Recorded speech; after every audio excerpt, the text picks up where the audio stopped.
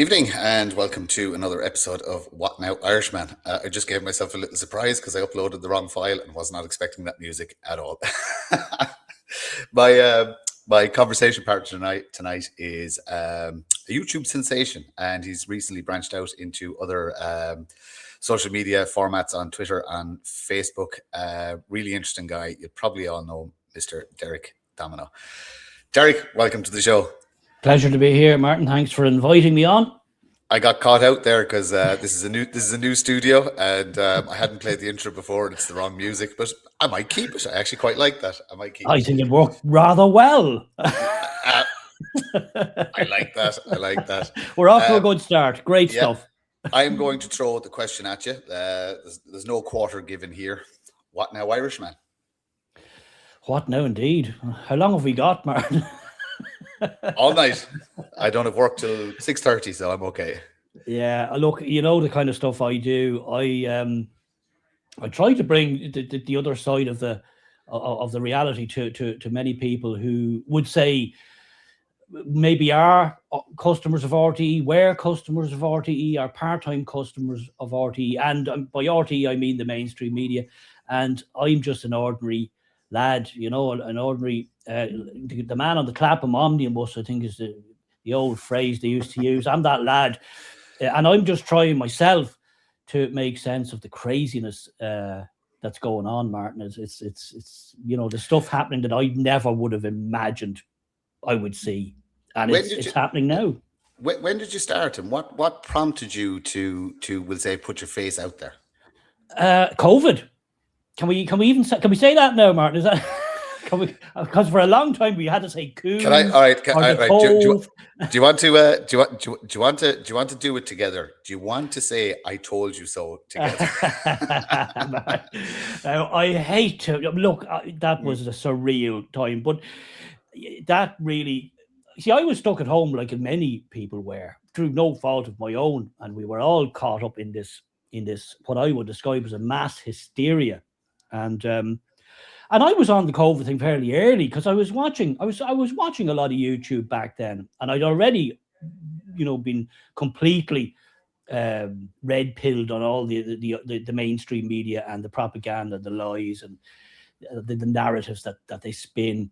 So I was seeking my entertainment, if you like, and my news from YouTube mostly, where you can, if you have the time and the will, you can sift through a mountain of stuff. There's no end of stuff there. And eventually you kind of figure out who's who and who's really kind of decent and who knows their stuff or who seems switched on or clued in. And that's kind of what I was doing. So part of that was I was on the COVID thing. They weren't calling it that then. Because, you know, we all saw the videos. I'm sure you did, and many people did, of the people dropping like flies in China. And we thought, wow, this is the zombie apocalypse, if ever I saw one. So I was on this, you know, September, October, fairly early, and I think, wow, if this thing ever gets going, because every now and again, you know, you hear an Ebola outbreak somewhere in the Congo, and you think, wow, that's not good. But it never seems to it always runs out of steam before it gets, say, here. Now, I'm not saying, I think we had a case there not that long ago. But so this thing, you know, didn't stop. And it kept going, and all of a sudden, the whole world was in a shambles. So I was stuck at home, Martin, like many others, and I was watching a lot of YouTube, bit of Netflix, although I don't really like Netflix much. It's far too woke for me. Usually, I'll start, and 10 minutes into a Netflix program, I'll have to hit no, I'm out. I'm gone. You've lost me. It's normally the guy in the dress, yeah. Yeah, look, it's just at this stage it's tiresome. You know what I mean? The white guy's always the villain. The black person can never be bad or evil. The woman is always a girl boss. She don't need no man. She's always stronger than any man, and so I just look. They usually lose me after about 10 minutes if I even bother. And I now just only watch stuff made before 2010, maybe 25. That's because at least there was an air of sanity to all that stuff. So I was stuck at home, Martin. I was watching a lot of YouTube, and because I thought one day, you know what? There's not a lot to that. Any old Egypt could do that, and I'm any old Egypt. So I thought, you know, why not have a crack at it? Just as a something to do type thing, because as you know, we were pretty locked down. We couldn't go anywhere. We couldn't do a whole lot. And that's just the way it was. And we're going a bit stir crazy.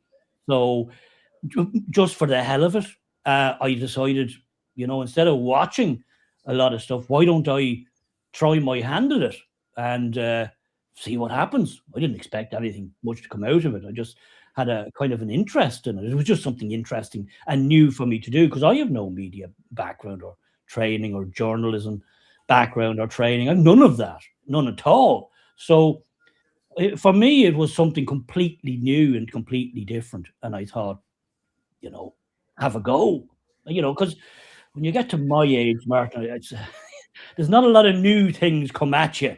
I'm older than I look. You don't get to do stuff that much. So for me, I found it quite interesting. And so COVID, my COVID experience was different because I had to work all through COVID. I was subcontracting for healthcare manufacturing. So I worked all through COVID. My life didn't change that much, bar the fact that although I was allowed to still pay tax and work my ass off, I wasn't. I was excluded from society. It was fine as long as I was working and paying my taxes, but outside of that, I was ostracized from society. And through various, I took challenges against employers over face masks, etc., etc. I did a lot of stuff locally in relation to it, tried to wake as many people up as possible. Got banned off every social media platform. Hence, I still have a Getter account, and I think I went to Rumble for YouTube because I was banned from that as well.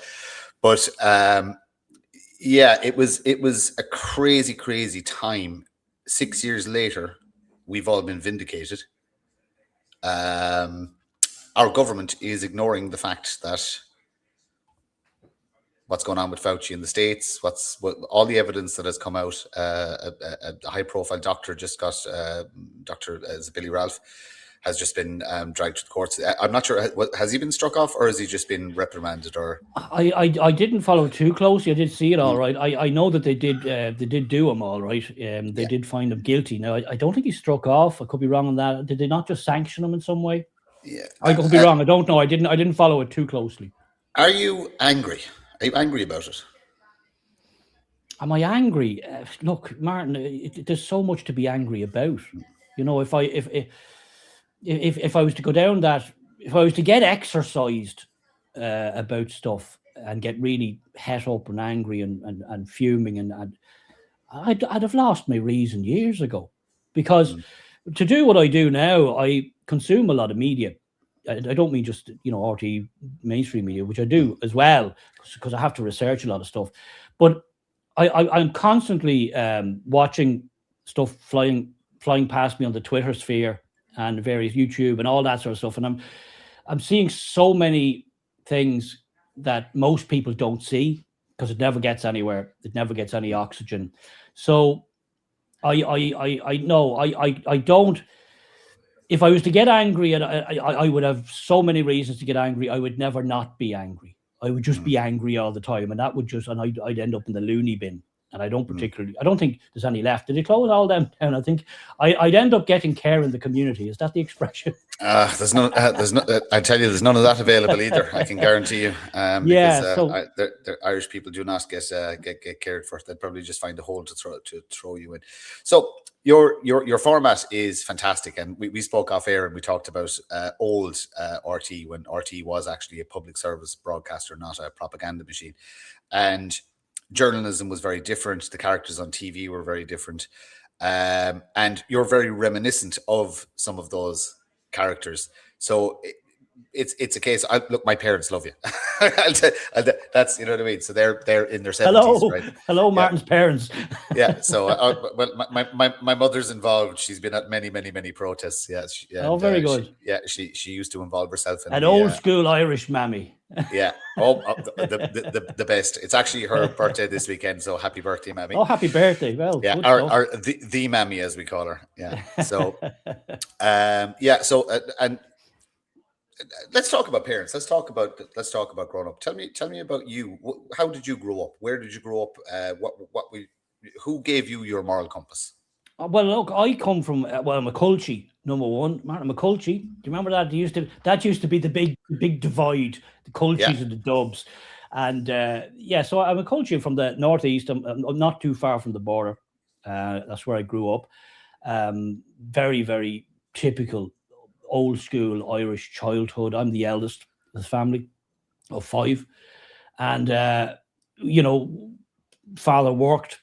My mother was a homemaker and she ran there was a great, this is a thing that's really lost now. And I think it's tragic that it is.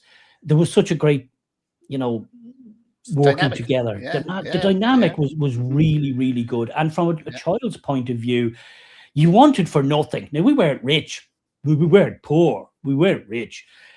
So it was a kind of a middle of the road type thing. The community school is where I ended up. Remember community schools? Hmm. So and early years I was in a boys' school because in my town there was a boys' school and a girls' school. Imagine there was that many kids. They could have a Hmm. boys' school and a girls' school. So for the first younger years, I was with boys, which I think now, in retrospect, didn't think anything of it at the time. But in retrospect, I think it was a pretty good model, Martin, because you kind of boys are rambunctious. They're leaping about the place and they're banging stuff and hitting each other and all that. And then I went into secondary school, which was mixed.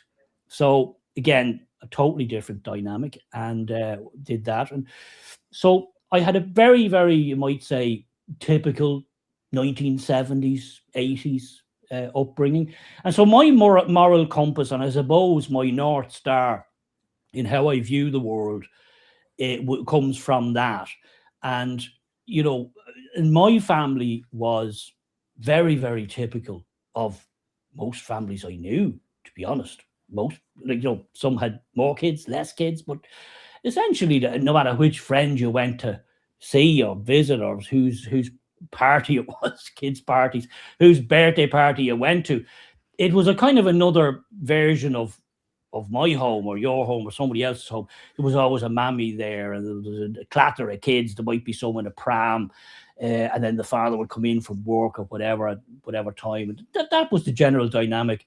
And as I said, we didn't think anything of it, Martin, at the time because I think we assumed it would just be always that, except with fancier cars and maybe better televisions or something, But none of us, I think, had any idea where the whole project was going to go and how crazy it was going to get. So that's where my foundation is there, from what I would consider to be the typical middle of the road mainstream Irish setup as it was. So, watching the Late Late Show and watching Hall's Pictorial and the news at 6, Hmm.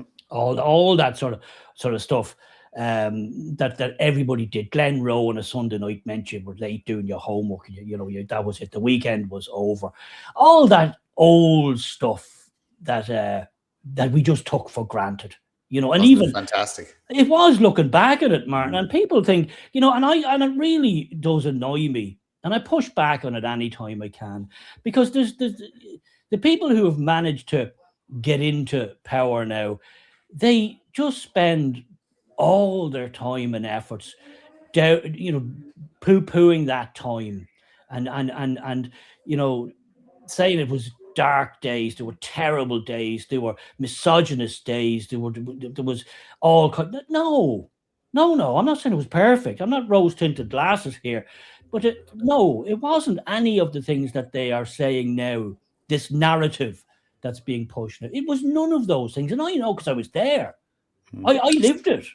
Same as you've described my upbringing. I grew up rural. Same thing. Father went out to work. I actually had, part of the reason I'm also involved in this, I had the luck and ability to actually raise my family exactly the same way. I was the dad who went out to work. My lovely partner got to stay at home. All my kids never went into bar when we started off the first one. I think there was 2 years of childcare. And then I just said, never again. I'm never dropping a crying child off to a stranger ever, ever, ever again. And did we struggle? Did we have money for, like you said, the new car and the new holidays and the TVs? No, we didn't. We just had a nice, simple, middle of the road life. And I've raised three fantastic adults that are functioning society, that are critical, the ability to critically think. They're different from a lot of the people that surround them.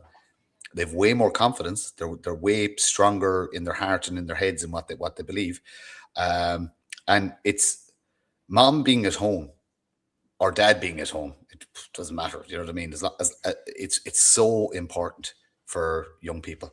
We wouldn't have half the social issues we have with youth today if mom or dad could stay at home. But isn't it the point? Isn't it destroy the nuclear family? Isn't that who's behind it? Well, that's a very, very big question. And I think at the end of the day, having thought about it as I do, and look, I'm no towering intellectual. I just try and figure stuff out in a 2 + 2 = 4 way. That's kind of my thing. And as in so many things, Martin, I think it comes down to money, really. I think it comes down to money, as most things do. You know, they say money is the root of all evil. And I'm a capitalist. I'm not a communist. I'm not a socialist. I'm very much of the capitalist mindset, you know. But I think that money drove everything. And in Ireland today, money is driving everything. We are all now just slaves to the economy. It's the economy, stupid, as Bill Clinton famously said. Never a truer phrase was uttered, because whilst every country and every nation needs an economy, needs a good economy, you know, the better the economy, the, you know, happier usually people are. But at some point, I think that tips over into a fanatical worship of the economy. And so, in simple terms, I think women were put out to work. That was a conscious decision. And what I think, this is just my own, you know, 2 cents worth. I think the industrialists, the business people, the people who make all the money, I think they needed more cheap labor. They needed more labor and cheap labor. And so they figured, well, look, they were looking at what they did in the Second World War, especially the Russians and the Brits, you know, putting people into factories, making stuff, women into factories. And they thought, well, that's a great plan. Why don't we just do a load of that? And then we could double the workforce, and that would keep wages down. And then should they, of course, went to the government and said, listen, we've got a great plan here. And the thing for you is, the great benefit for you is you get a lot more tax. You know, you're going to get a lot more money. You're going to make money out of this. It's a great deal. Because when a woman is at home having kids, minding and raising kids, well, she's not a PAYE worker. She's just, you know, consuming your money. She's not paying you anything, which is true. But she's doing a far, far more important job, as anybody with an ounce of sense knows, and a much harder job in many ways. So governments don't think about that. They think in 5-year bursts and short-termism. And they think, wow, imagine all the women going out to work, then suddenly we could be taxing them instead of them sitting at home, you know, minding kids and doing dishes and making dinners. We could actually make a fortune out of this. So the industrialists and the government said, both got on board. This is again my theory. Got on board with this great plan. And what they needed was somebody to sell it. So then they got in the feminists, the wackos, the loonies. You know, I'm not talking about the ordinary family. I'm not talking about the people who just wanted to vote and equality. I'm not talking about that. That was fine. I think we all bought into that bit. But no, they got the radicals, the absolute loopers, you know, of the second and third wave feminists, who wanted women to essentially become men, as far as I'm concerned. So they got them in and said, listen, girls, we want to get women out of the home. This patriarch is a terrible thing. And of course, you only had to wind these crazies up and point them in the right direction. And they went out and did all the PR. They sold it to women. They sold it to the sisterhood. But I think they were the patsies. I think they were the useful idiots. Because women are more unhappy now than they were back in the 1950s. And it's going down and has been going down every decade. So I think these Looney Tunes feminists sold women a bad deal. They sold them a pup. And it was at the behest of the people behind them, egging them on, which was the government, who wanted to turn women into wage slaves, and the industrialists who saw a whole new shot in the arm, a whole new adrenaline burst of new labor, which they did get. So essentially wages halved. Not in monetary, but in terms of... I know what you're saying. And that was the plan. But there was no kids.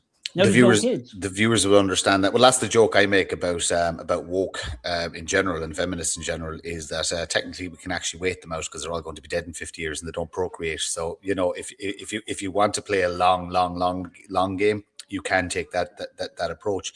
So feminism you can look at it different ways. I know people who say that feminism is a Marxist construct or a social Marxism construct, and that Marxism is the ultimate chameleon. It never went away and it's constantly changing and infecting. I know people who think that the CIA created feminism and these concepts. I know people who will blame it on the Jews. I know people who will blame it on other influences. Wherever it came from, there's many evils in the world, and there's many layers, and unfortunately there is no one big bad guy sitting in a chair with a white cat. It's layers and layers and layers of systems. The only thing I'm concerned about is how do we combat it? How do we right now the government is pushing out this agenda, the manosphere, and I can't remember the term for the stay-at-home man, but they're really turning the screw out of maliciousness because they lost the referendum. They've still pressed ahead with the agenda. Nothing changed. They just couldn't change the constitution and the legislation. They're still pushing ahead with the program. How do we combat that? My kids are weird. I'm not going to have any more kids or anything like that. I presume you're in the same boat. You're not going to start having a family yet. How do we encourage young men and women and explain to them that the right thing to do is find your partner when you're young, have a load of kids and build a beautiful life for yourself, and just ignore whatever the state says? Well, that's a massive question, and again, it's something I do think about, because we are going extinct. I don't mean just the human race. Certainly, the Irish people are going extinct. There's no children, absolutely, no kids. Mm-hmm. It's just the facts. It's no. Yep. You don't even have to. You don't have to blow that one up. That just is what it is. And that's because we've created a society that I think doesn't work. It doesn't fundamentally work as a society. The family, the nuclear family, was always the cornerstone of a functioning society. Well, this is not new knowledge. This has been going on for millennia, mm-hmm. And it was the reason that it lasted for millennia was because it worked as well. It's better than everything else. It was the best plan that we could come up with, and we took a wrecking ball to that there fairly recently. Again, as I believe, for money, essentially at the end of the day. The people who wanted to make money did make money, and a lot of them are gone. They don't care. It doesn't affect them. And the government ministers who went along with it, they're long gone out of power. It doesn't affect them either. And unfortunately, we don't have people thinking in societal terms, as in what leaders used to do and what kings used to do, and queens, if you think of it that way. They were worried about their lineage. So they didn't want to kind of crap all over the kingdom and then their son or daughter inherits this shithole. They had to think a bit more long term. Now, I don't want us to go back to royalty, but what I'm saying is we now have a political system that is all short term. They're being led, propped up by the industrial type people, megacorps, who just want to squeeze every last cent out of it. And then on top of that, we have the screwballs who are the ones you see on telly, and the NGOs and all that mad. And what's gone out of the whole equation is common sense, Martin. It's just common sense, and I think that's why people tune into to me, because I just try and give old school common sense. I'm not reinventing the wheel or anything. I'm just looking at something and trying to give just a normal take on the thing. This is what I think is happening. This is what's going on. This is the bit that you're not being told, because that's often how they do it. They're not telling you the stuff. How do we fix it? Well, this rot has really gone deep. I mean, the rot is really, really deep in terms of the institutions. I know many people will have heard of the Long March through the institutions. We're at the end of the Long March now. It's infected everywhere. It's a Herculean task to fix it. And in essence, I think most people will do whatever's cool. Whatever's the cool thing to do, they'll do it. And what they did was they purposely made getting married, having kids, having a family, all that, they made that absolutely uncool. It was the most uncool thing ever. That's what they did through movies, through TV, through radio, through talking heads, people you see on the telly, everything was just, dissing that whole way of life. And people don't want to do stuff that's uncool. They want to do cool stuff. So women wanted to talk being a girl boss, like Sex in the City, all this handbag stuff and working in office and cubicles and, doing emails all day and all that. They thought, well, that's the coolest thing I could possibly be doing, which is absolutely the opposite of what it is. It's the worst thing you could be doing, at that stage in your life. But they were sold this. And how do we fix it? Well, we'll only fix it when and if we can manage to make the plan that actually works for society cool again. If we could make that cool again through messaging, through media, through just generally what people do and what people are rewarded for doing, then people would just do it because it's the cool thing to do. At the moment, it's the uncool thing to do. And you saw that play out, just as you said there, a few days ago, where Norma Foley came out and announced this whole, we have to tackle the manosphere nonsense. We can't have men saying, oh, women get back in the kitchen and make me a sandwich, which is absolute rubbish. Nobody was saying that. But I said, sorry now, interrupt you. My microphone fell over while we were talking to Student Bird. Yeah, I just see it leaning there. It's gonna go. Microphone, is it held up with coat hangers, Martin? What is that going on over there? Yes, you know yourself now. A bit of gaffer tape. There we go. That was sorted. Give it a kiss. This is the great thing about doing this. No edits. Yeah, everybody gets to see it. Give it a belt of a hammer. That usually sorts it out. No, just still going.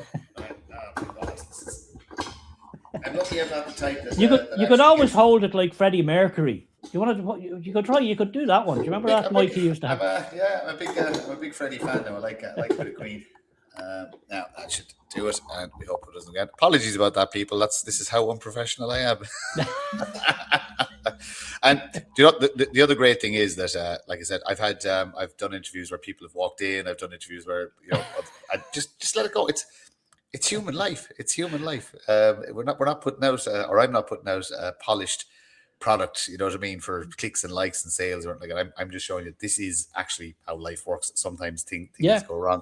I think people just like realism, Martin. It looks like honesty and realism. Just if I was okay, so I'm going to say some words to you, and I kind of want to know what your feeling are. So we talked about we have to make something cool again. So I like the idea of, I do a lot of research as well, and I look into things and stuff like that, and I've done a lot of work on what the government uses on us. Which are nudge units, massive propaganda campaigns, massive censorship programs, etc., etc., etc. All state sanctioned, all funded, all for the greater good. Why aren't we using the same tactics? We're too disjointed. Number one, that's a thing, and they're intent on keeping us that way, as far as I can see. You see, you have to remember, we're up against some very, very clever people, Martin. Mm-hmm. These are not idiots. These are very, very clever people. Yep. And, and I don't mean quite often the people you see on the telly. I don't mind them. It's the people behind them are the clever people. The people you might see or hear, they're often just kind of playing a part, saying what they're told to say or towing a certain line. They just get paid. It's a gig. But it's the people behind them who do the planning and the plotting and decide things. That's the people we're up against, and they are very smart people, and they can afford to pay other smart people to help them, because they have all the money, they've got control of the institutions, they essentially have their hands on all. They've managed to amass an amount of power that Stalin could have only dreamt of through technology and through taking over all the arms of the state, right from the school system, right on up through the institutions. So how do you fight against that? Well, you do your channel, I do my channel. We put out our own stuff. We're small voices, just hacking away, doing what we can. But we really, we're up against a behemoth. And how do you beat that? Well, you can't beat it in a straight battle. You can't. Just like back in the days of our glorious fight for independence, they realised they couldn't take on the British Army ever. It was just a non-starter. So they had to find other ways, which they did do, and they achieved what they set out. So it can be done. It's not impossible, but it can be done. I think we need to try and get virality. The one thing that this behemoth, with all its power and all its influence and all its money, the one thing it cannot guard against, Martin, is virality. Something goes viral. it does. It's gone. The genie is just out of the lamp, and no amount of money or spin or professional or clever people can stop it. So that's, to my mind, the only weapon we kind of have, and that's a very tricky weapon, because how do you make something go viral? You can't really. Yeah. You really can't. You'd love to, actually. If I could discover the secret sauce of that, I'd be a rich man. But that's the only. They have every other thing guarded, Martin. Every other possible route of attack. They've got machine gun nests there, waiting for somebody to put their head up, and it'll be mown down.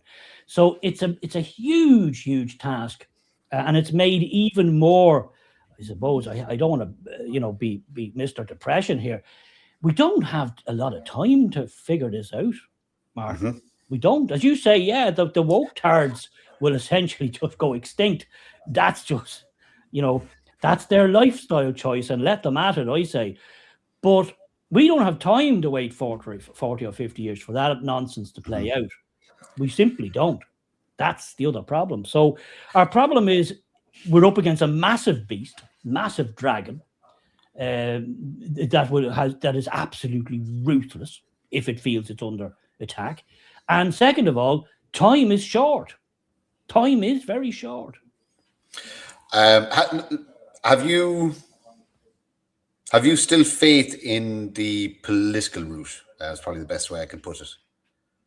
As it stands, no. As it's constituted here now, in terms of how the makeup and the way it works here, no, I don't. I'm sorry, I just don't. No, I'm like I said, I actually agree with you 100%. But I'll use all weapons, and you, like you said, you have to keep hacking away. Yeah. So, like I said, I would use politics as a disruption tool more than anything else. You're never getting Dáil Éireann back. Most likely, Dáil Éireann will switch to a far left government, Sinn Féin, People Before Profit, Soc Dems, at some point. And I don't think we ever recover from that. What will happen is, after 4 to 8 years of absolute disastrous policy, people will just put back on their Fianna Fáil and Fine Gael glasses and say, actually, it wasn't that bad. It wasn't that bad. Oh, let's put that then back in. Look, politics, the opposition is 100-year plus head start on us. So it is, why don't we have a leader?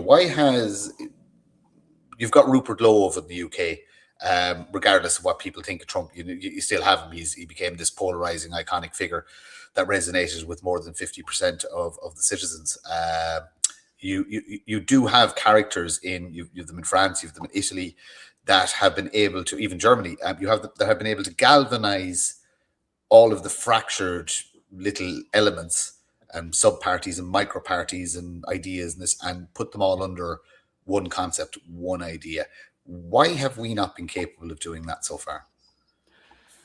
Well, I'm not in that game, although I do obviously spend a lot of time watching and observing it and what, trying to figure out what's going on. And I've never been in politics, never been a member of a party or affiliated with a party. So I'm kind of an outsider in that sense. But to answer your question, there's a few things that I see. Number one, it's hugely fractured. And there's a lot of personalities who are they all want to be the next Michael Collins. And okay, look, as you say, why can't we get a Michael Collins now? Number one, we make a Michael Collins or a female equivalent of Michael Collins may be out there in the ether, but just hasn't surfaced yet. Maybe they're not out there in the ether because, we don't make them like we used to, as they say. And the second point is, anybody who puts their head up above the parapet now, Martin, is going to get shellacked into oblivion. Absolutely hammered. So not a lot of people want to take that on for a start. And number two, there's such a stranglehold now on mainstream media that a Michael Collins couldn't get anywhere now today in politics. He couldn't. He absolutely could not get off first base. He would be taken asunder. If it wasn't his opponents politically, it would be the feminists. They would have him absolutely beaten into oblivion, and he'd be labeled as this and that. And you know how the game is played. And with the way media is and social media is now, and the print media, who are all essentially just offshoots of the government now. Mm-hmm. If they don't mind somebody out there howling at the moon. The government's fine with that. And it also gives a veneer of, look, shall we allow all these headbangers to say their thing and do their thing and go around shouting or proclaiming this or that. They're okay with that. There's no threat to them. No threat at all. They don't see that as a threat. And the clever people, as I say, behind them don't see that as a threat. In fact, they probably see it as a bonus because it gives a veneer of a functioning system. But if any of those characters started to get a head of steam, let's say, going back to my point about virality, if any of those characters managed to somehow go viral and started breaking through the firewall of the mainstream media, maybe they just, I don't know, did something or said something or whatever. You know how these things work. They come out of nowhere. And the defences didn't work against that. And they managed to start making inroads into RTE land, the RTE people, the voting people, the over 50s, the people who go out and vote. Suddenly they started thinking, you know what, that person there seems to kind of have, a lot of good things to say. Maybe it's worth listening. Then that person would be absolutely nuked from orbit. Martin, nuked from orbit 24/7 on all of the media. They would be just incessant to make sure the public, to instill in the public mind how toxic that person is, how bad that person is. If you get all the usual tropes, Nazi, fascist, bigot, racist, everything would be thrown at that wall. Everything. So I've actually experienced this because there's a wonderful reporter. Hi, Debbie McCann of the Mail on Sunday. Yeah, she's she whenever she's got nothing to write about, I somehow end up in the paper as being X, Y, and Z. And colleagues of mine, it's happened to colleagues of mine. Actually, the state went so far to something we built. They got EU law through Commissioner Mann, EU law to shut down our website. They couldn't do it with Irish laws. They actually used French law. So look, I understand this exists. So why not build somebody? Why not build somebody bigger than? I have this thing about creating and using the tools of the enemy. I understand that the brains of the operation isn't out front. The brains, you and me are not the brains of the operation. We're sitting there doing our podcast and having our little chat and our conversation, stuff like that. Brains of the operation are nameless, faceless, this, that, and the other. They're handing out a bit of paper out of the smoky room. Do this. It'll be a little bit different now. You'll have bot farms and you'll have IT people and you'll have marketing people and stuff like that. I still can't get my head around the fact that we don't have that built. We're 6, maybe 8 years in to this. And I talk about this all the time. I don't have the funds to do it. I just don't. I'm not a wealthy man, nor will I take money off somebody to do it. People have offered money and stuff like that, but I'm not. Show me how you earned it, and then I will take your assistance. But it baffles me that we haven't done this. That our propaganda game should be massive. I can think of one character that would play the role of the villain to go up against the state, and it'd be perfect. It would be so disruptive.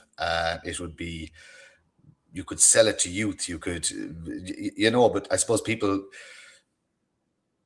need to accept, in my opinion, that we need to take the gloves off and start really being nasty about this. If we want to survive, that's all I care about. My genetic heritage.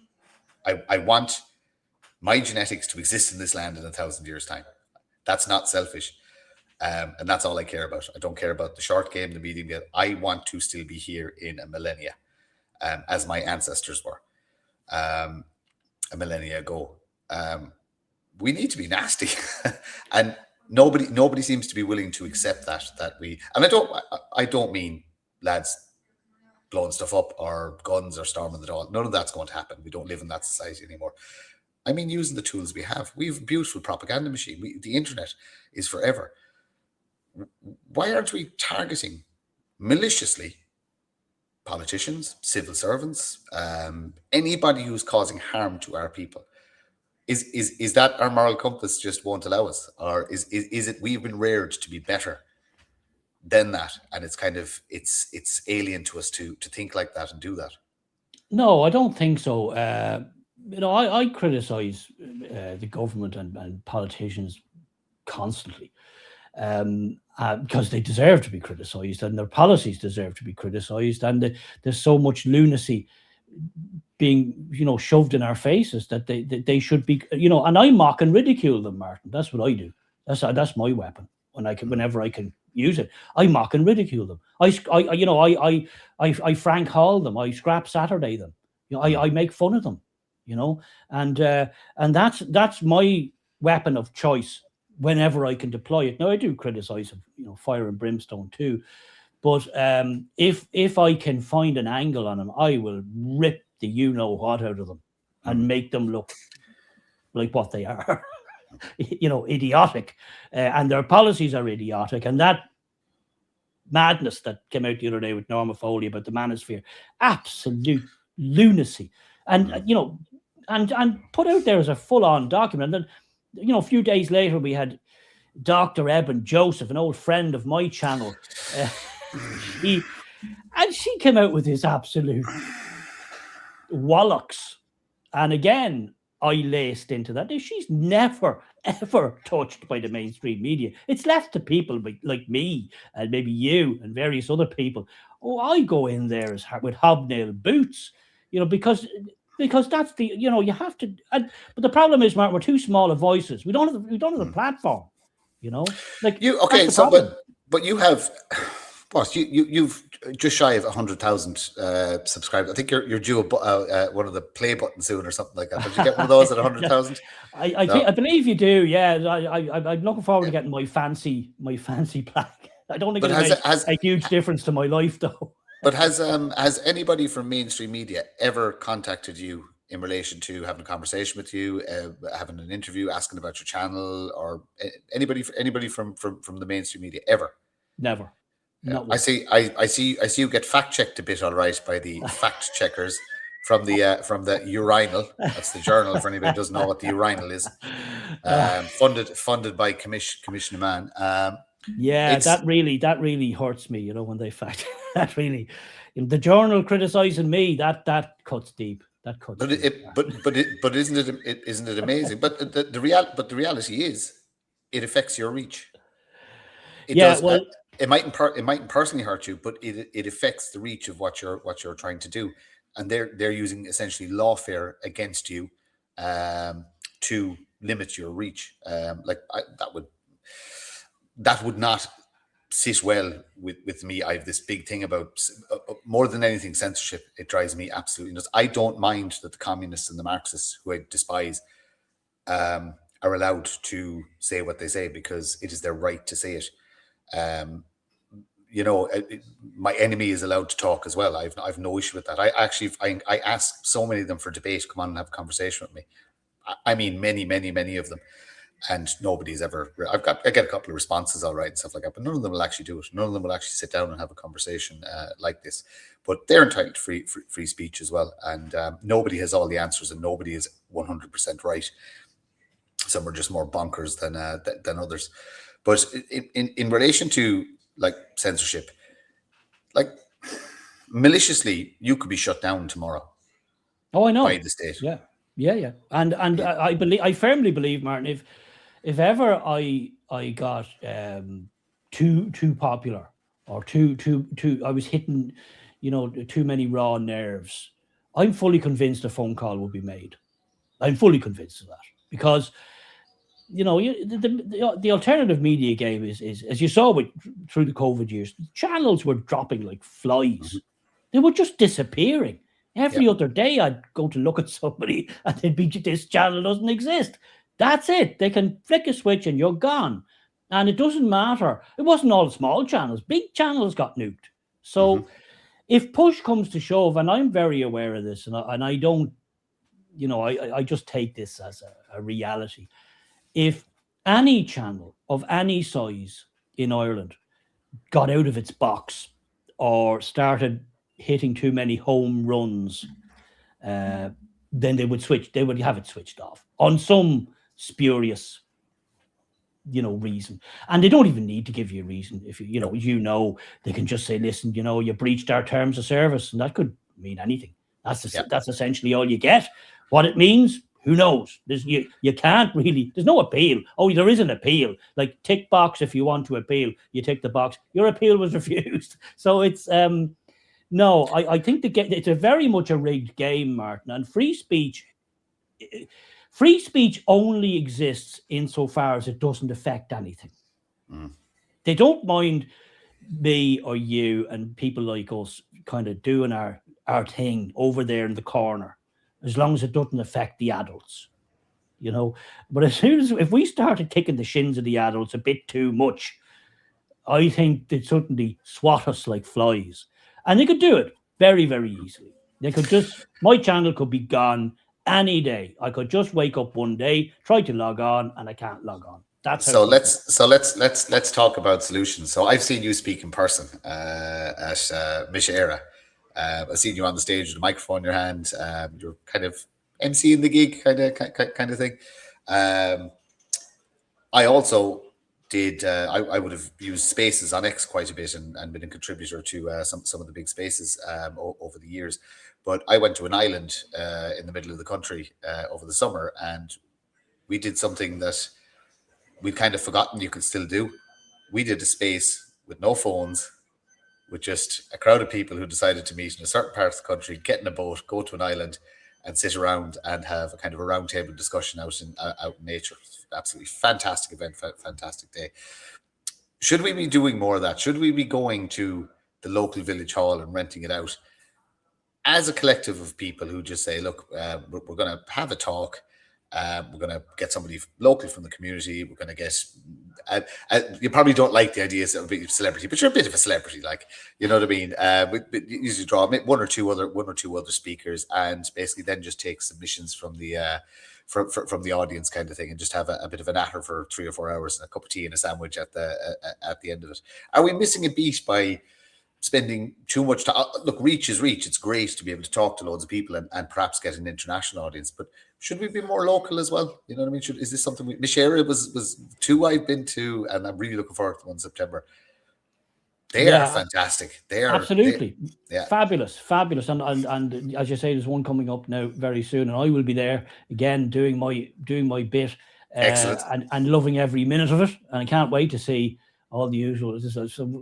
You start to get recognise people, because they keep coming and you get to know them, and they're brilliant. The salt of the earth people go to that.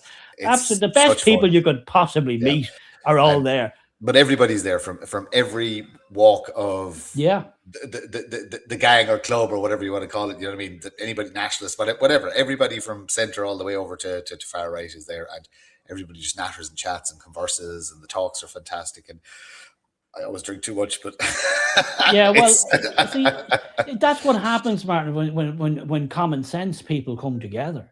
You can have differences of opinion, you can have differences of ideas about how to achieve a goal and whatever. But when common sense people, old school, as you used to be able to go into any Irish pub in this land and sit at the bar with a lad who supported the other team or whatever it might be, and you could hash it out all night, and then just you went about your way, and you might have even learned something that you didn't know. So yes, that is lost. As to the parish thing, there is some merit in that. How you, again, it's a question of reaching people, and then you see what they do is they poison the well, Martin, and you could book the parish hall at Kilchimock or whatever, And like you saw with Michera the first time they yeah. ran it over, in Drumshambo, Yeah. they were absolutely nuked for no reason at all. Because this crusty brigade, the woke brigade, who are, let's just say, smiled on benevolently by certain, powerful forces. They're the shock troops, if you like. They would be on your back everywhere you would go, Martin. And as you say, as Misha Era was, it could be that type of event. It could be speakers there. It could be an open mic type thing. It could be questions, and it could be cups of tea and buns after and a sandwich. Great night, an old school Irish event. Events that we used to have till yesterday. But you could, if you tried to do that now, Martin, the crusties would get under it straight away. Especially once they'd find out who was going to be there. I'm probably at this stage, I don't know, I'm probably some kind of far right fascist adjacent. I don't know what the hell. But that's it doesn't matter what you are. It's what they'll say you are. So, and then they'd turn up with their placards, the pink-haired, blue-haired lunatics.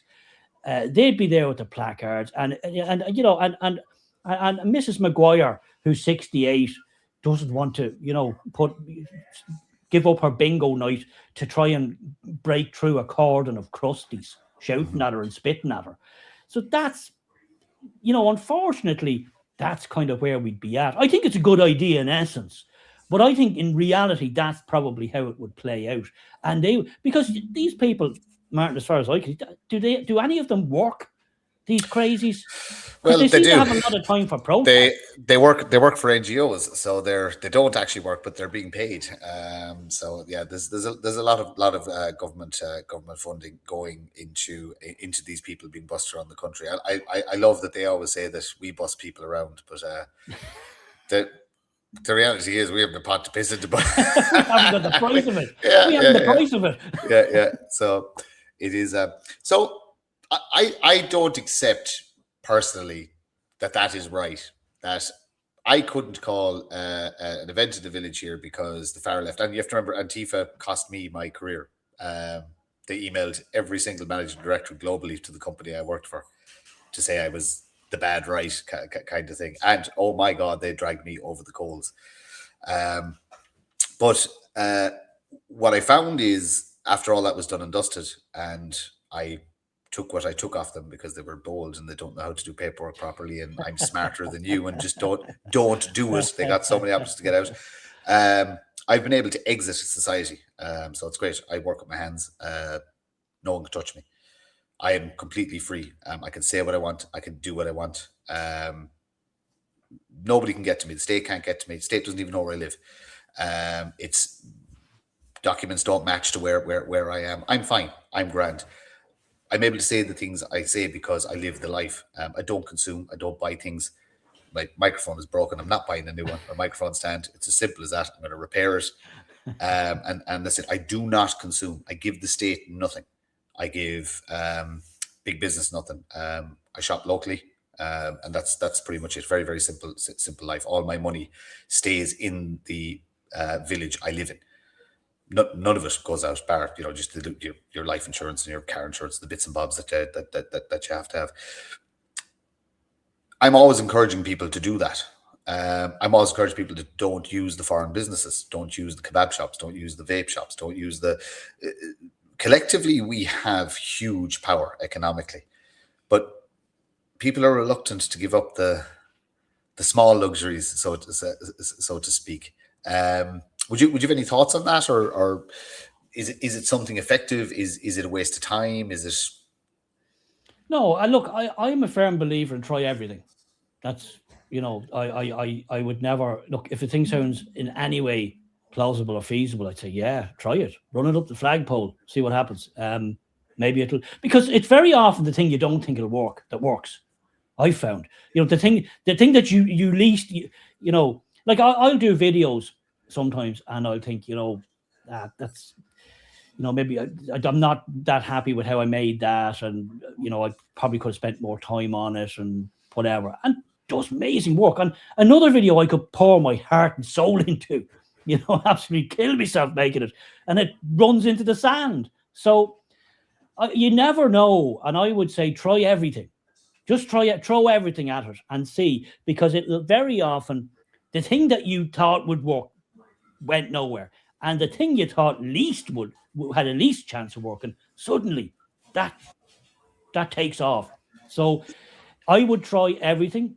If it didn't work, okay, no loss. Just pick yourself up and go I again. love a good segue. I love a good segue. So I'm gonna throw. So we're actually going to go back to the start.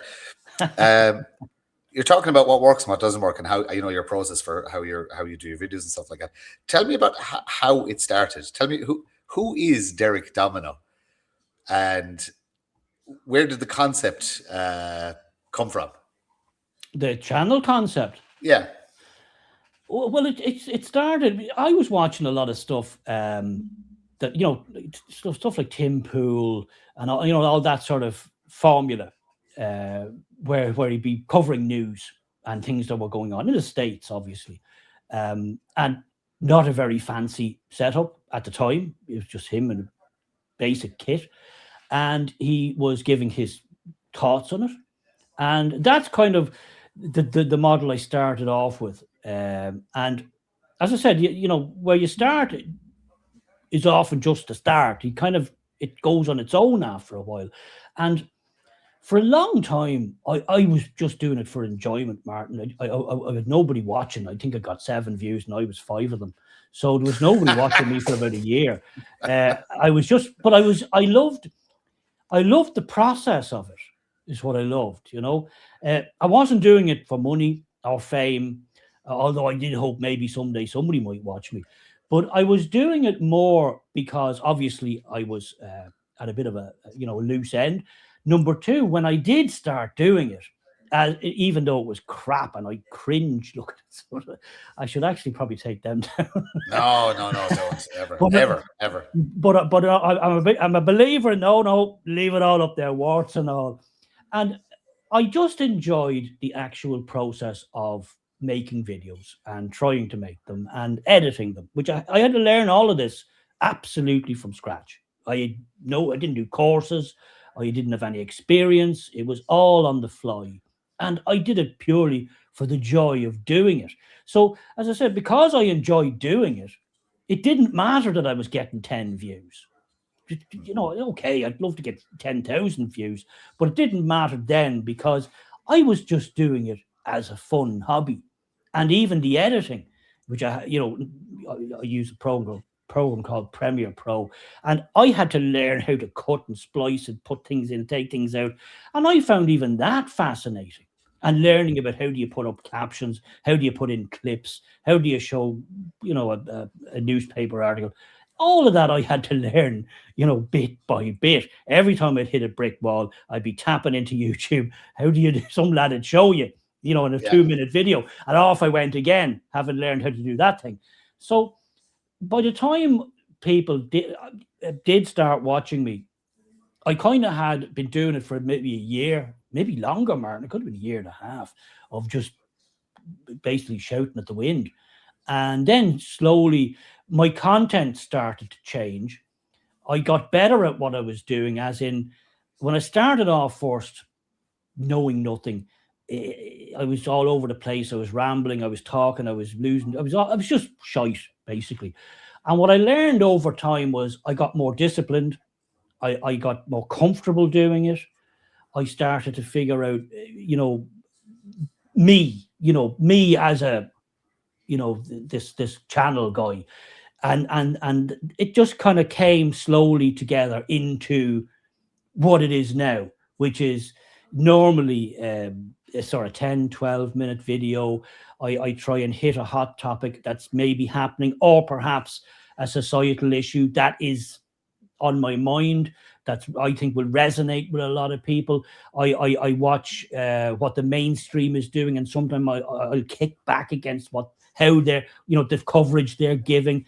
So it just was a gradual process that ended up where I am now. I think 5 years doing it, or maybe it's a bit more than that. Which is fantastically professional, well put together, humorous, sarcastic, cutting, knowledge sharing show. It's absolutely fantastic. I mean, you've absolutely honed your skill. I would say I get your sentiment. I wouldn't do what you do in relation to. So I do long form conversation. I'm asking an awful lot more of people because I need you to give up an hour and a half of your life to me. But the joy you get out of the process of putting your show together, that's what I get out of the conversation. I love having these conversations because every single one of these, I learn something new. I'm literally high on endorphins after everyone. I do one of these and record one of these. You know what I mean? Because that was a fantastic conversation. I did not know this. I have 3 books to read. I have, you get, look at this website. I have, you know what I mean? It's just a source of such knowledge. So it's fantastic when you can do something like this, but you actually enjoy it. I don't care about views or monetization or anything. Like the same as yourself. I would like a lot of people to see it. I don't think I have any of my accounts monetized. I don't even know how to do it, but like I said, I'm not concerned with that. Your format though is fantastic because you're so concise that I would imagine your views from start to finish are absolutely massive because you keep it in such a tight package. You're not asking people to give up a huge amount of their time, but you pack huge amounts of information into that. Was that a conscious decision, or is that just what the show kind of morphed into, or as you were kind of honing your skill? It's how it morphed. It kind of morphed into that because the thing about it is you kind of start all over the place. You kind of have an idea you'd like to do something. You kind of have a general idea what type of thing you want to do, and then as you start to get into it, you start to get a bit better and a bit kind of more tuned in. What happens is you start to get an audience if you're lucky and you stick at it, and most people don't. That's the key. Sticking at it is the key. If you manage to break through that wall where you think, what's the point? Nobody's watching. It's all for nothing. Which wasn't a problem for me because I just enjoyed doing it. I'd do it if nobody watched. I'd still do it. So I just the thing got tighter because you start to build up an audience and then they start to talk to you. Martin, as you know, you get comments, which is great, wonderful. I love reading the comments and replying to them. And then, they tell you stuff and then they say, you should do this, you should try this. And they critique you in a positive way. Now, okay, you'll always get an odd headbanger who'll critique you in a less positive way, but they don't bother me at all. So that also serves to kind of shape you as you're going along because you take this on board, and you start to get a feel for the people who are watching you, who tune in, and what they like and what package they works best for them. Because you try everything, or at least you should. You try it longer, you try it shorter, you try using scripts, you try ad-libbing, and everybody's got their own way of doing it, So that's really, it was a series of trial and error, and I found the things that I liked doing that was most natural for me and that resonated with the people watching me. So it was a kind of a coming together of where my strengths were as a creator, as a broadcaster, if you like, and what the people watching me, what they wanted to watch, as in how they wanted the story packaged. Like they didn't want me to ramble on for 30 minutes. That's not my thing. I have, so I sensed that, well, the people who are watching me, they've probably seen what RTE said. They've probably read the Irish Times or the Independent, so they probably have an idea, or maybe they don't know about the story at all. So what they want from me is the real take, the old school take, the take from the lad who's not bought by anybody. He's not in anyone's pocket. He's just which is what I do. I go as far as I can to the actual source of what happened, either the raw footage, people commenting who were there, and I try and divine that down into a coherent, okay, I think I have a handle on what actually happened there. And very, very often, as you know, it will be completely different than what the segment on the 6-1 News. Totally different. So that I found that there was a real hunger for that with Irish people. And not only Irish people, but Irish diaspora, people in the UK. It's a massive audience for this type of thing. Just truth. old school truth, which hasn't been filtered, which has no, no chip on your shoulder, no DEI boxes to tick. Just look, in as far as old school journalism, and I'm not a journalist, I don't class myself as that, but I do journalism, if you like, as in I try to get to the absolute bedrock of the story and then tell people what I think went on there. And that became, as I said, what I do mostly. Now, I also do, whenever I think of an idea, parodies and sketches and, sort of pretending to be the minister of this and that. Again, it's old Hall's Pictorial Weekly type stuff. Yeah. And again, that plays to the people who watch me. They enjoy that. I find it breaks up because you can't do heavy stuff every day, Mark. I love your fun ones because they pop up randomly. Yeah. There's no rhyme or reason to them. They're just there, and you just leave with a smile on your face because you're kind of going, oh, Derek, okay, what's And I'm not a huge YouTube user. I put my stuff out on YouTube, but I don't spend a lot of time. X is my weapon of choice. It always has been my weapon of choice since I think about 2012 or even before that, 2006 maybe, I don't know. But it's just been my platform that I enjoy using, so that's where I spend most of my time. But I have Facebook and I don't use Instagram like that. But I love that you're there now on X and you're there now on Facebook, because you weren't always, or No. you weren't in my algorithm But it's great now that I get to see your stuff on X, and you've a significant following in X terms and in Facebook terms. In relation to using that, so to speak, different organizations and different people have spoken about alternative media. Now, you're never going to get a TV license in this country, a right to broadcast. You're never getting that. You most likely are never getting a radio license in this country. I know it's been looked into. Is there scope for an actual 24/7 or even just a 12-hour old school online RTE type program where you just give entertainment, the alternate news, a little bit of fun, and then we'll play the national anthem at 11:30 or something to that effect? There's definitely the talent out there, there's definitely the content creators out there, but do you think it would work as a non-profit? You're not going to get many advertisers, you're not going to get much income from it. It would be a passion project, and people would have to put huge amounts of time into it. Is there scope for something in a country as small as ours with a population so small? Is it worth the endeavor? I would say it is, Martin. You have a few issues there. As you say, there is the talent, no question. The talent is around. There's no shortage of that. The other problem then is time. Because most people have day jobs. Yeah. And plus maybe they're running a channel like me. I operate my channel, which takes a good deal of time. I try to put out at least one video every day, which takes, because making the video is one thing. You have to resource it, you have to check it, you have to make sure you have all your ducks in a row before you even switch on the camera. And then, of course, you have to edit the thing because, what I do has to be edited. I spend more time editing a 10 or 12-minute video than I do making it. The editing is all in the edit. It's because that's how it's tight. Otherwise, and it does make a difference, because huge, yeah. Like but it takes time, and you have to have at least a basic knowledge of how to edit. Now, I don't consider myself an editor. I know what I need to know for what I do, but I couldn't. Like, my Spielberg isn't going to be looking for me anytime soon, but I can at least do my videos. So. Yes, sort of a GB News type thing. Is that kind of where you're going with that? A talk TV type thing? Not.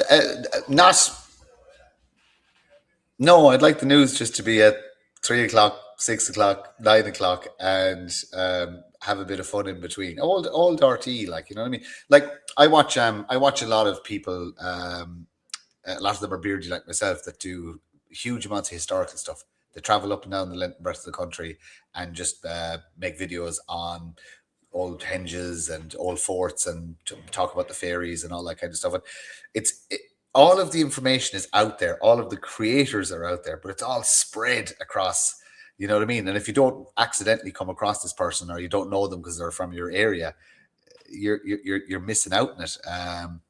I spend a huge amount. I spoke to Dr. Owen Lennon a few months back, and we spoke for another 3 hours after we'd finished the recording. I think it must have been 2 o'clock in the morning when we finished up, and he was talking about his new book and where he was going with it. And I was just there. I remember all these stories. I remember the teen. I remember Nile and the Nine Hostages. I remember all our folklore. Every single bit of that is in me. And then I started looking on YouTube. There are hundreds of people out there creating all of this content that you could mash it into kind of an ear to the ground program, so to speak. You know what I mean? For our history. And then there are people like, I give shout out to Orla Dunham. She goes around and visits businesses and makes little TikToks of people's businesses promoting local things like that. There's other people doing that. You could mash that into kind of one episodic thing, and so on and so forth. It'd be, you know what I mean? And it'd be such a good thing to give to, especially people who are a little bit more elderly and a little bit more housebound, and they do rely on the screen in the corner for their news, that you can give them something. Well, actually turn that one off and turn this one on, and I guarantee you're going to like it. And yeah, the news is going to be a little bit harsher because it's a little bit more realistic, but we're going to throw in a bit of fun as well, you know what I mean? And we're going to throw in a few characters, and there's comedians in our ranks, there are entertainers in our, you know what I mean? I just think it'd be a fantastic idea. Again, you need funding, you need people. I know all of the pitfalls. Yeah, it would be fantastic. Agree. Yeah, I totally agree. I think it's a great idea if it could be in some way put together, as you say. If you could get all those strands to somehow kind of, mesh together. There's certainly no shortage of creators, no shortage of talent, no shortage of content, and I think a lot of people. I hear this a lot. From mostly from family, that they really can't watch RTE anymore. It's just reruns. It's just crap. Yeah. It's just crap, and it's they're pumping out a lot of slop now. And if even older people are noticing this, Martin, I think RTE's in trouble, because I don't think anybody young watches them. They're not in trouble. The state will bail them out. And to be honest with you now, hang on. There's something fantastic coming up now very, very shortly. The Owl Rose of Tralee is going to be on. Yeah. So, the only thing the only thing that tops that is Eurovision. It's yeah. Well, we all know the Rose of Tralee is a changing. It is a changing. Absolutely. Huh? I wonder who'll win this year. The Black Rose. Yeah. I have a fiver on that one. I'm not a betting man, but I think that's worth a fiver. Yeah, you know what? Just to kind of keep us on our toes, they might let her finish second or something like that. If they were smart, the smart play there is second place. Yeah, good enough to make a point, but don't give us any ammunition. Oh my! Hey, listen, imagine what Dr. Ribena there would say if she finished second. Huh? The Rose of Tralee is. The Rose of Tralee is racist now. I think I could write that script, and I wouldn't be far wrong. She is not. She does not hide her light under a bushel. That woman. Yeah, it's. Is it bait? Is it intentional to draw?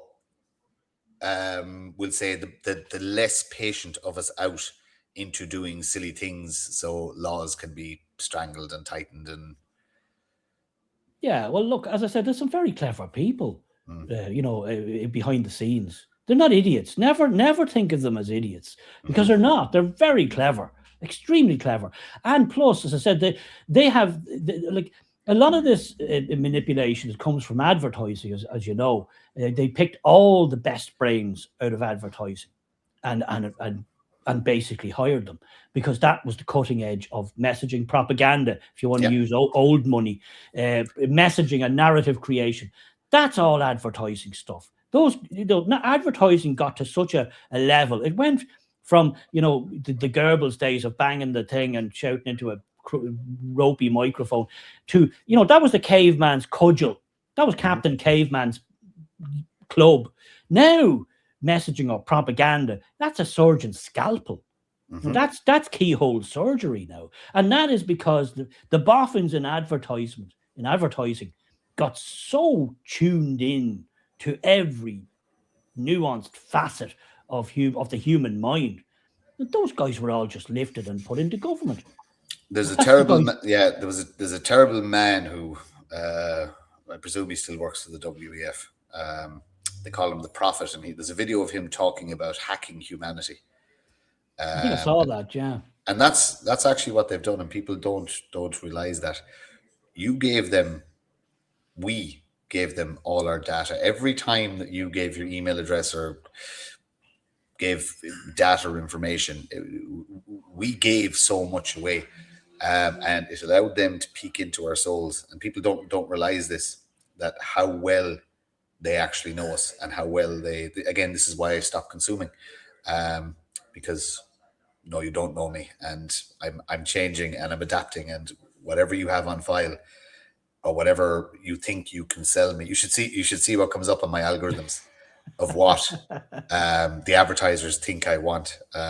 It's you can game the system. This is the other thing people don't realize. You can curate your life. You can also curate your online life.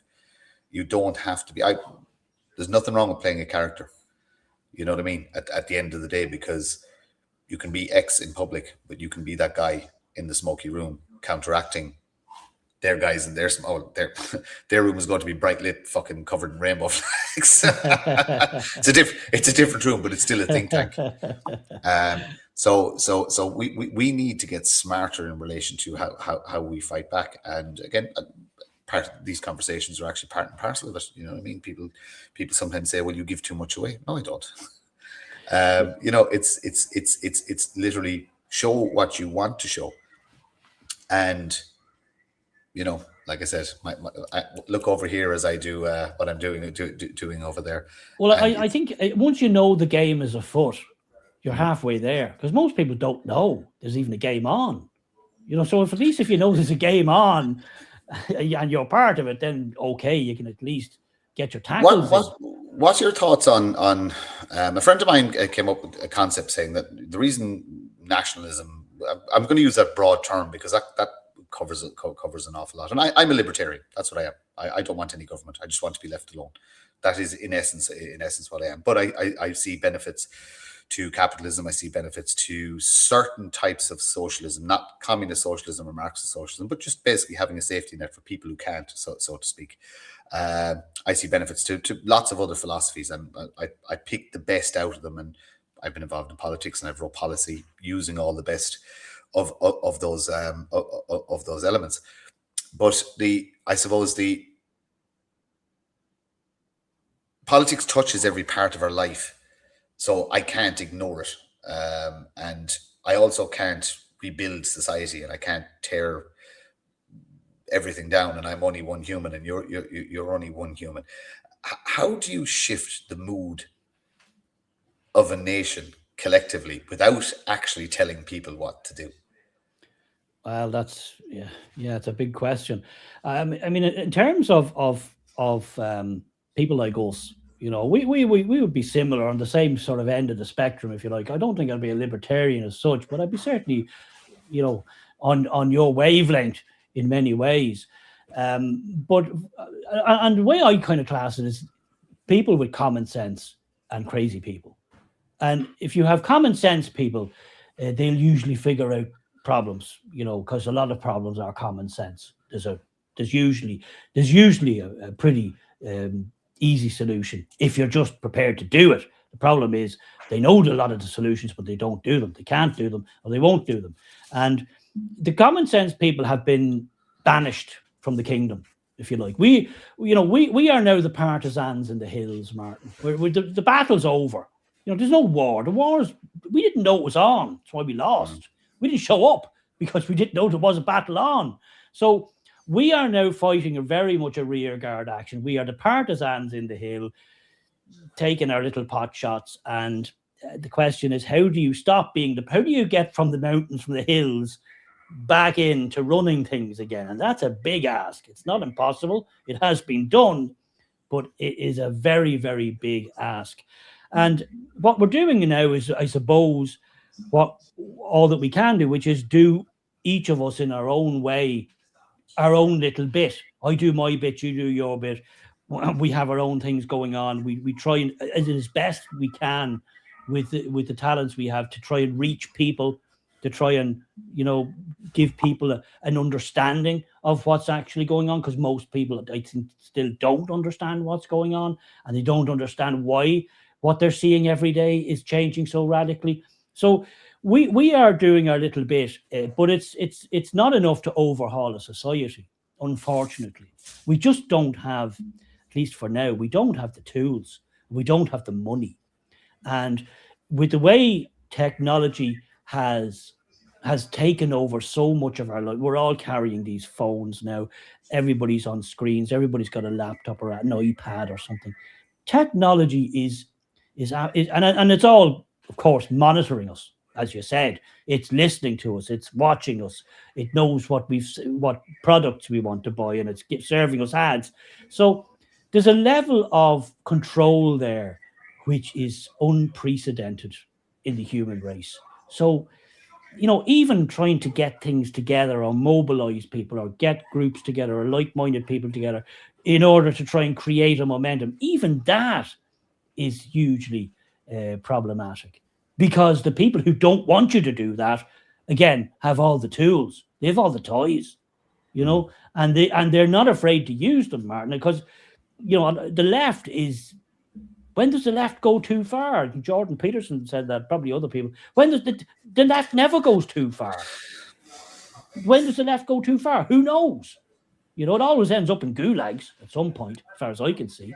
So I always say it's a circle. It doesn't matter how far left or right you go. Yeah, you end up with starvation, gulags, mass murder, etc. It doesn't matter. But to combat, and again, you don't need to comment on this. This is just kind of my own meandering thought.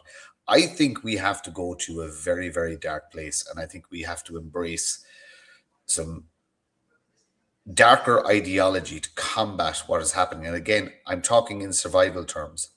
And I also believe we have to sacrifice an entire generation, which would be my children's generation. We can't fix the housing crisis. We can't fix immigration. Can't in their, we'll say, prime years, their 20s to their 40s. But by Christ, we can make them angry, and we can point them in a direction, and we can give them tasks, and if necessary, we can give them uniforms, we can give them tools, we can give them ideas, we can give them. Is that a morally right thing to do? No, it's not. But as I said, my overriding concern is my genetics still here in 1,000 years' time? That are my people still here in 1,000 years' time? So yeah, I would be willing to sacrifice one generation. Is that too far? Is that too harsh? Is it too extreme, so to speak?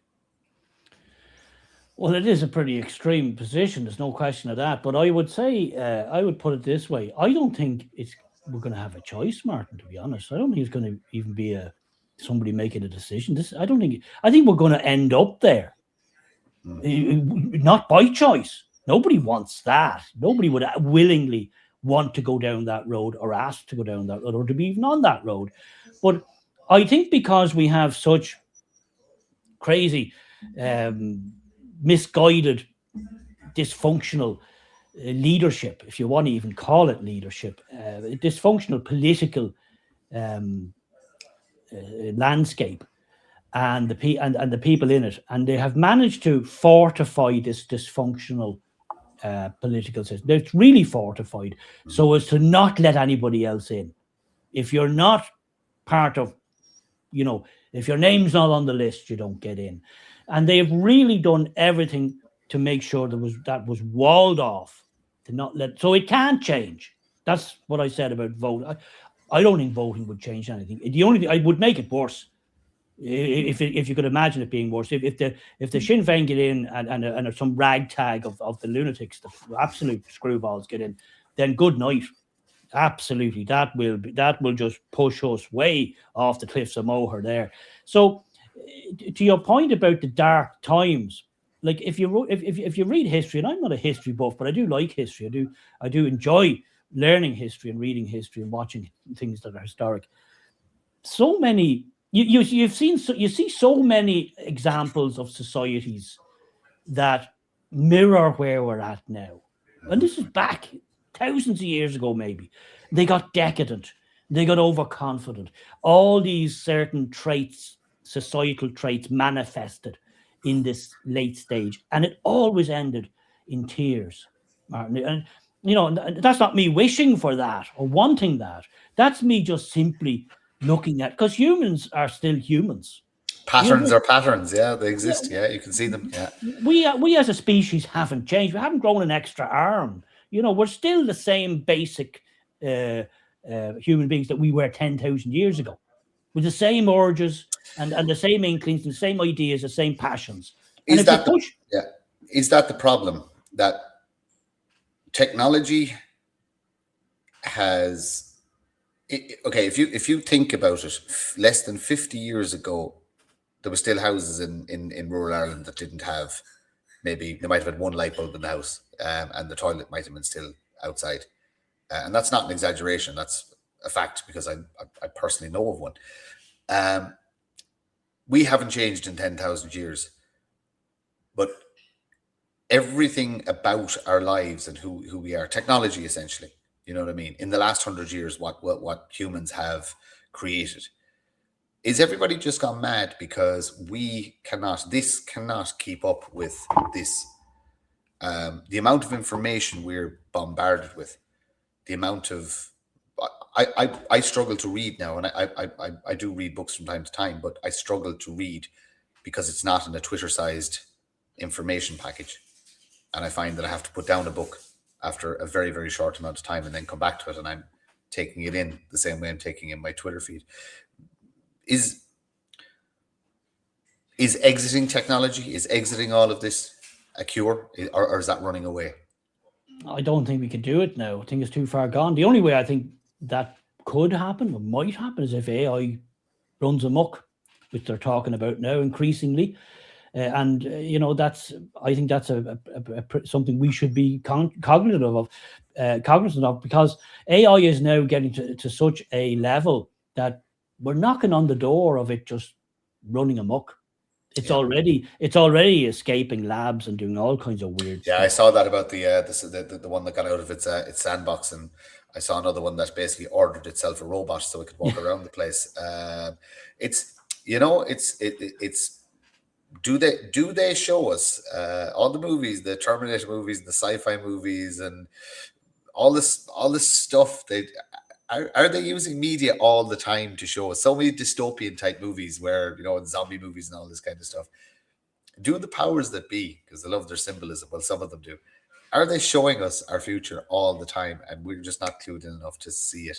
That a movie will normalize something that is actually now happening, and you kind of go, oh yeah, I saw that in the movie, and you're not that concerned about it. Nobody seems scared that AI potentially could decide to wipe us off the planet if it gets it into our head, its head, that we're a threat to it, or that, humans are, dogs are better than humans, let's get rid of all the humans. Nobody's worried about that because I've seen it in so many movies. Is that a form of mind control? Is it are our senses constantly being dumbed down and we don't even realize it, that there's narrative to everything? Yeah, well, Hollywood was used to put propaganda into people's heads for as long as Hollywood was around. I mean, they were do that. That was part of their job, as far as I can see. And every country did the same. You look at the Soviet era films. Stalin. I think Stalin even starred in a couple himself. He was putting his message out. So that was always seen as, yeah, let's get an idea floated out there. Now, of course, you can go down to tinfoil hat route and you can get the CIA in there and all that sort of stuff if you want. But no, it was always a very powerful tool. And yes, obviously, what better way to sell an idea to the public than stick it on, some movie, the Terminator or whatever, or as they do now at the Nudge Unit, stick it in EastEnders or stick it on Fair City as they do here. That's how they get ideas that the people wouldn't have organically come to. Now all of a sudden some character in Fair City's talking about it or doing it, and all of a sudden it's normal. What was that far right guy? Oh, Daryl, David or Daryl? I don't know. Oh, lads. Oh my Did that God. not backfire, Martin? Did he not Oh, get massive! Yeah, I think it did. But sure, like that. I haven't seen that thing in years. I don't. There's no terrestrial television in any of the. Um, there's just no there's no terrestrial television anywhere I live. I watch content online like yours and people I follow and stuff like that. I don't consume much of the outside. I'm a bit of a nerd. I like a bit of sci-fi. I like Star Trek and stuff like that. So I'll watch that kind of a stuff. But outside of that, I don't watch soaps or anything RTE creates because I found better on YouTube. It's as simple as that. I well, found better produced. yeah, One well, person, yeah. I mean, going back to your point about the dark times, the dark times could come from a number of different directions. And as I said, nobody wants it, but I think we're going to end up there because I don't see how we can't. Because I don't think we have any magic beans that the Romans or the Etruscans or any of the other civilizations you want to go down. I don't think we're still a society that has, in my opinion, has reached the end. It's just got to the end. We've run out of ideas. We've fallen into all the same traps that many previous societies fell into. I think we've fallen into most of them, if not all of them, and they all foundered. And often, what happened was that some less advanced, more barbaric society just essentially rocked in and took all their stuff and enslaved them, or worse, killed them and enslaved them. That's usually how these things ended up. And I think we're seeing a bit of that here with the influxes, which is a massive, which is probably the issue of the day. You are seeing people from totally different cultures. I would say less developed cultures, maybe even barbaric cultures and brutal cultures with some of the No, things they believe, absolutely, yeah. and they are flooding in here. I'd be much harsher than you. I'm no problem being racist. I'm Irish, and we were always racist. It used to be funny. We used to have great times, and even the one black lad in the town used to find it funny because he was sound. Racism now for me is necessary because I have to defend myself and my lineage. Therefore, I have no problem in saying some sub-Saharan Africans with the IQ below 70 are not the same as me. They can contribute nothing to my society but harm. I don't want them here. Simple as that. I can say the same about religions I don't agree with. I don't care what you practice in your own country. It's your business. I would never go to your house and tell you what to do. Get out of mine. And not being smart, I'd send a huge amount of our own population with them because I do not class the traitors as Irish. Micheál Martin once talked about mongrels. I actually believe there is a mongrel class in Ireland that is not the same as us. They're not. They wouldn't be able to do. I have this thing I talk about. It's called genetic memory. If they truly were us, their blood would not allow them to do what they're doing. Their will to survive and their connection to the land and connection to the old gods and their Christian moral compass would not allow them to destroy their own people. Therefore, I do not class them as the same as me. They may have some Irish blood in them, but they're not. They're not my people. And yeah, people may say that's harsh, unfair. I don't care. I genuinely, I don't care. I'm gone beyond that. I'm geared up for the dark times. I've been preparing for this for a number of years. I am okay. Am I going to go first? No. that's self-preservation. Absolutely not. And one person going off isn't going to solve anything anyway. All you're going to do is give them ammunition. But I'm quite happy to, and I'm going to be doing this and talking about this. I'm going to start using some very, very dark tactics in relation to capturing the minds of our youth and actually showing them that no, this is wrong and this is right, but in the most horrible, nasty way possible. I'm going to, and I don't mind sharing my plans. I'm going to create a generation that hates, and I mean hates with a passion, government, traitors, wokeism, communism, in all its forms, any form of it. Islam, I don't mind saying it. I don't want it here. It's my country. I don't want it here. If there's a Muslim who wants to pray privately in his own house and he's a good human, no problem with that whatsoever. That's grand. You worship whatever you want to worship in the confines of your own home. No mosques, no call to prayer, no nothing. It's just I won't accept it, and nor should anybody else, because we don't go to their countries. We don't do it to them because if we did, they'd kill us. So we need to get a little bit like that. I'm always conscious of the time because I'm worried about taking up too much of your time and too much of the viewers' time. But I went on a rant, and I always like to finish on a positive. So I'm gonna try you the most. I've just went on my absolutely rant. On a positive, how are your tomatoes doing this year? You're getting a good crop. The growth is bad this year. Is it? Where I was living, I'm not there anymore. So my potatoes and all that that's all gone. There's wild potatoes growing everywhere, but not for consumption. But down where I live, the stuff we planted with my parents, stuff like that, very poor this year. Very, very poor, which is worrying. So we're going to have to go back to growing everything in tunnels, which means we need to find space and just grow everything inside. There's something in the air that's affecting growth, and there's some. Yeah, it's concerning. It's concerning. So anybody who's getting into gardening, just put plastic over it. I know plastic isn't great either, but the tunnels aren't that expensive. Small ones you can actually. You can even do hydroponics in tunnels as well. You can have your big stuff on the ground. You can do your salads and stuff like that. I haven't been hunting in a very, very long time. I'm almost afraid to open the gun safe and see what rust and cobwebs are on it. But again, that's another thing I want to do. I'd like to do some videos in relation to that, in relation to, if things do get bad, what are you going to eat? And there are some people who do stuff like that, but more skills. But we used to. This is all old knowledge, and I remember, as a boy, being taken fishing and hunting. Mm-hmm. That was not any great. That was just great. It was wonderful. I loved it. The best thing is when you caught your first trout, and you got to bring it home in a matter of hours. Yeah, head off, tail off, gutted on the pan, bit of butter, nom nom nom. Like it was absolutely fantastic. The young generation don't know what they're missing out. They really don't. Yeah. And the gallivant, the mess, like you'd be missing you just go off in the morning. You began. Like, hunger was the only thing that brought you home. That was it. It was just and your mother would tell you, "Don't come back before tea time. Don't come back," because you'd be wanting to get stuff done, and she didn't want you under her feet, annoying her. Brilliant. Hideouts and. Just you had to make your own fun. You know what I mean? Yeah, that was a great thing. My kids, they got a small bit of it, a little bit of it, but nothing compared to what I did. Like it was we also mollycoddled them too much, and we got caught up in the keeping up with the Joneses and the what I mean. Oh, your child can't be dirty. Your child can't. We used scabs on the knees. Do you remember scabs on the knees? Most kids went through because we all wore shorts. Your two knees would just be two big crusted scabs, and every child was. Do you remember the iodine? That fucking red stuff. What was even that?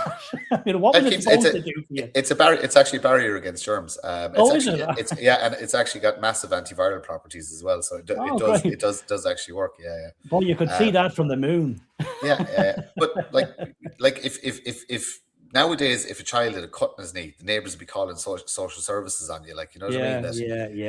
Oh God, we lost so much. We lost so much, but shit, we're supposed to be finishing on a positive. Well, we touched on gardening and nostalgia. How's that for a finish? That's very good. Derek, I really appreciate you giving me your time. No problem. It's fantastic. And like I said, they're just conversations. They're nothing else. And I really, really enjoyed that one. We must. I always say to everybody, we'll do it again if you don't mind, because I like to just check in with people. I think I've a big enough catalog now to actually go back to the start and start talking to people again and see how it goes. Thank you very much for your time. When I put this out, Pleasure. I'm going to stick all your links in for your YouTube, your X, and stuff like that, because everybody. People might be seeing you, or they might know there's a big, huge back catalog. Go back and watch the first episode. Don't. Don't. Do not. I'm going to have to put a warning on those. Health warning. Derek, thank you very much. All right, Martin, you can stay in the studio there for just for a second. I'm going to drop you down, and I'll talk to you in just 1 second. That was fantastic. I really enjoyed that. I love doing this. This is great fun. We'll see you all in the next one.